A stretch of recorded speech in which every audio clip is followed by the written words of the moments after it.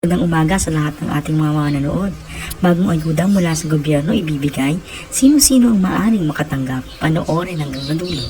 Dahil sa hirap ng buhay, ang taas pa ng mga bilihin, sabayan pa ng pagtaas ng tubig at kuryente. Nahihirapang makasurvive ang isang Juan de la Cruz. Bilang tugon ng gobyerno, magbibigay muli ng ayuda.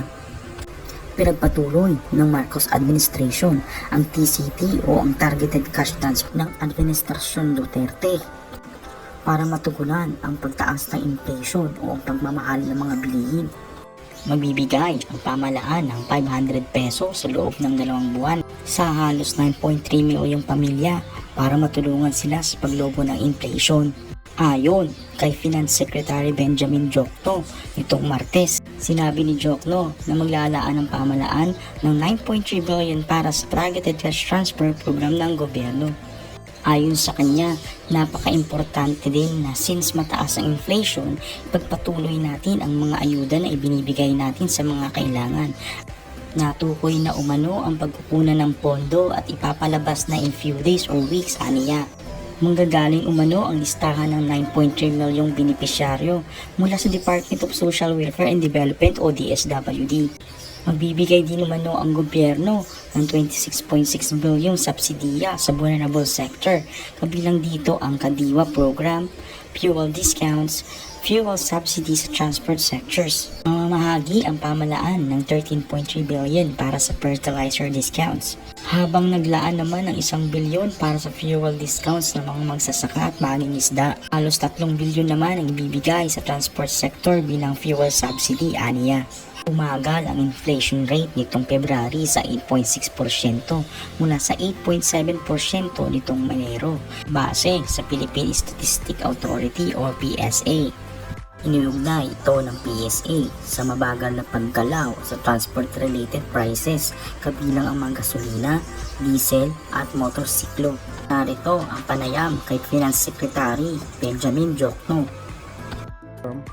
We will continue the provision of fuel discounts, yung programa for the farmers and the fisher folks. And then we will extend the targeted cash transfer program for 2023. Ano itong cash transfer program? Ito ay 500 pesos for 2 months. So that means 1,000 pesos for 9.3 million households. Bibigay na natin ito. Na-identify na namin kung saan kukunin ng pera at siguro in a few days or a few weeks, mabibigay na natin ito sa mga na-apekto ng inflation. Okay? And then, pinakita rin namin na merong total na 26.6 billion pesos na subsidies for the vulnerable sectors. So, ito yung mga fertilizer discount voucher, yung fuel discount on farmers and fisher folks, fuel subsidy to transport sector affected by the rising fuel costs. So ito mga jeepney drivers, tricycle drivers, and so forth and so on, they will get subsidy. And then we will extend, as I mentioned, we will extend the targeted cash transfer program, 9.3 billion, a total of 26.6 billion. So this will be the subsidies for the vulnerable sector. And then, magkikreate din tayo ng tinatawag na economic development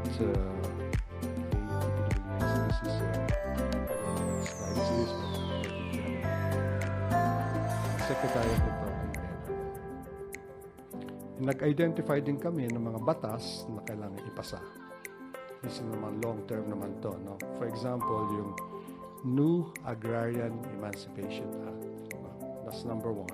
I understand this has passed the House and napasa na rito sa Senado. Ang pakay ng batas na ito is condonation of agrarian reform beneficiaries. Ibig sabihin, hindi lahat maaring makakuha dahil ang Targeted Cash Transfer Program ay para lamang sa mga vulnerable sectors at poorest of the poor, at tanging 9.3 million lamang beneficiaries ang mabibigyan. Kung ikaw ay kabilang sa vulnerable sector, or poorest of the poor, asahang kakatanggap ka ng ayuda mula sa gobyerno. At naway madagdagan pa ang listahan ng mga beneficiaries na makakatanggap ng ayuda. Abangan sa mga susunod na araw ang pamamahagi ng ayuda. Please don't forget to subscribe, like and share para updated po kayo sa aking mga latest content. Marami pong salamat!